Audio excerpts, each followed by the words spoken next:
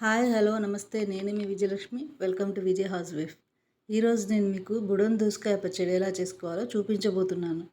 ముందుగా ఈ పచ్చడి కోసం నేను 6 బుడంకాయలను తీసుకున్నాను. వీటిని బాగా శుభ్రంగా కడిగి తీసుకోవాలి. ఈ బుడంకాయలను చిన్న ముక్కలుగా కట్ చేసుకోవాలి. మరీ చిన్నగా కాదండి, అలా అని మరీ పెద్దగా కాదు, మీడియం సైజులో కట్ చేసుకోండి. మరీ చిన్నగా కట్ చేస్తే నోటికి పలుకులుగా తగలకుండా మెత్త మెత్తగా ఉంటే చాలా బాగోదు. పలుకులుగా తగిలితే బాగుంటుంది.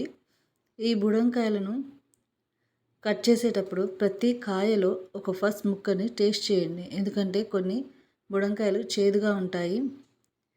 చూసుకోకుండా అలానే కట్ చేస్తే పచ్చడి చేదుగా అయిపోతుంది.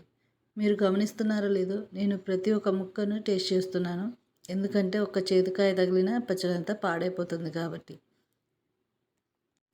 ఈ విధంగా పచ్చడి చేసుకుంటే ఈ పచ్చడి ఖచ్చితంగా 2 వారాలు నిల్వ ఉంటుంది. ఈ పచ్చడిని నేను ఎండుమిరపకాయలతో చేస్తున్నాను. పచ్చిమిరపకాయలతో కూడా చేయవచ్చు, కానీ నిల్వ ఉండాలి అంటే ఎండుమిరపకాయలు వాడితే బాగుంటుంది. అలాగే పచ్చడి కూడా టేస్టీగా ఉంటుంది. నా ఈ వీడియో మీకు నచ్చినట్టయితే లైక్ చేసుకోండి. యూస్ఫుల్ అనుకుంటే షేర్ చేయండి. ఫస్ట్ టైం నా వీడియో చూస్తున్నట్టయితే సబ్స్క్రైబ్ చేసుకోండి. నన్ను ఇంతలా సపోర్ట్ చేస్తున్న సబ్స్క్రైబర్స్కి మరియు వ్యూవర్స్కి చాలా థ్యాంక్ యూ. ఇలా నాకు తెలిసిన సింపుల్ అండ్ క్విక్గా అయిపోయే రెసిపీస్ని నేను మీకు షేర్ చేస్తూ ఉంటాను. అలాగే నాకు తెలిసిన crafts, mehndi designs, tailoring tips అన్నీ, ఈ నాకు తెలిసినంతవరకు paintings, thread bangles, rain drop bangles, ఇలాంటివి సంబంధించి ఏదైనా సరే నాకు తెలిసినవి ప్రతిదీ నేను మీకు షేర్ చేస్తూ ఉంటాను. ఇప్పుడు ఈ బుడందోసకాయల పచ్చడి కోసము ముందుగా మనం కొన్ని ఎండుమిరపకాయలని తీసుకోవాలి. నేను ఒక గుప్పెడు తీసుకున్నాను, గమనించారో లేదో. నేను తీసుకున్న 6 బుడంకాయలకి గుప్పెడు ఎండుమిరపకాయలు సరిపోతాయి. వాటిని చిన్న ముక్కలుగా కట్ చేసుకోండి. అంటే మొత్తంగా ఉంచుకునే కంటే ఇలా కట్ చేసి వేయించుకోవడం వల్ల త్వరగా అయిపోతుంది. మిక్సీలో వేసుకున్నప్పుడు కూడా ఇబ్బందిగా ఉండదు. ఇప్పుడు ఈ బుడంకాయల పచ్చడికి కొంచెం చింతపండు కావాలి. ఒక పెద్ద నిమ్మ సైజు అంతా చింతపండు తీసుకోండి.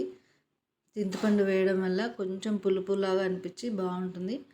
ఈ ఎండుమిరపకాయలను ఇలా వేయించుకొని పక్కకు తీసుకోవాలి. నేను మిక్సీ జార్లో తీసుకున్నాను.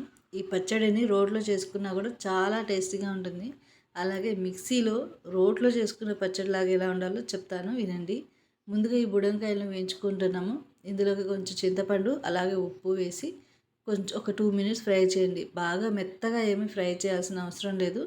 అలా అని కొంచెం బరకగా కొంచెం 2 మినిట్స్, అంటే మొత్తం గుజ్జుగా కాకుండా కొంచెం మెత్తబడ్డట్టుగా లైట్గా ఫ్రై చేస్తే సరిపోతుంది. చూసారా, 2 మినిట్స్ ఫ్రై అయ్యాక ఇప్పుడు ఇందులోకి పసుపు కూడా వేసి ఇంకొక 2 మినిట్స్ అలా వేయించుకోండి. ఇప్పుడు మనం మిక్సీ జార్లో వేసుకున్న మిరపకాయలోకి కొద్దిగా జీలకర్ర, ఎల్లిపాయలు వేసాను. పచ్చడి అనేది రోట్లో నూరినట్టుగా రావాలి అనుకుంటే ఏ పచ్చడి అయినా సరే ముందుగా మిరపకాయలను గ్రైండ్ చేసుకోవాలి. అవి బాగా మెత్తగా మిరపకాయలన్నిటిని మెత్తగా మిక్స్ చేసిన తర్వాత అప్పుడు ఈ ముక్కలను అందులో వేసి ఒక 1 టైం అలా ఒక్కసారి తిప్పి వదిలేయండి. ఎక్కువగా మిక్స్ చేయడం వల్ల ఏమవుతుందంటే మెత్తగా అయిపోతుంది, టేస్ట్ ఉండదు, తిన్నట్టుగా అనిపించదు, రోట్లో నూరినట్టు అస్సలు ఉండదు.